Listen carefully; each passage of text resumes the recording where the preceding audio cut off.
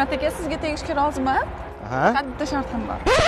Shart. To'ydan keyin choyxonangizni yig'ishtirasiz. Futbolni og'aynilaringiz bilan emas, uyda men bilan ko'rasiz. Uy ishlarida menga yordam berasiz. Har yakshanba bizanikiga ota-onamni ko'rgani boramiz. Mayli. Unda meni ham bitta shartim bor. To'yimizdan 1 yil o'tib, men ikkinchi xotin olaman.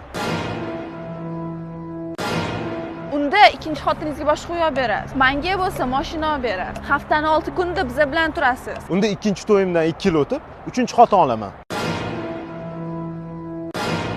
Mani gaplarimni seriozga olmang, nima uchun seryoznilashib ketmaysiz? Men просто hazillashuvdim. Просто dugonalarim aytuvdi-da, shunchalik sinab ko'rmoqchi edim. Hammasi o'z joyida qoladi. Va uyimga ham kelib qolmanda, mayli men bora qolay. Allo, oyi, voy bu bola vashi moshning taylam kelgan ekan-ku, bizni yutqizdi. Tupikka tiqib tashladi meni. U desam bu dedi, bu desam bu dedi. Ada dushman taraf yakson bo'ldi. Strategiyaga 5 baho.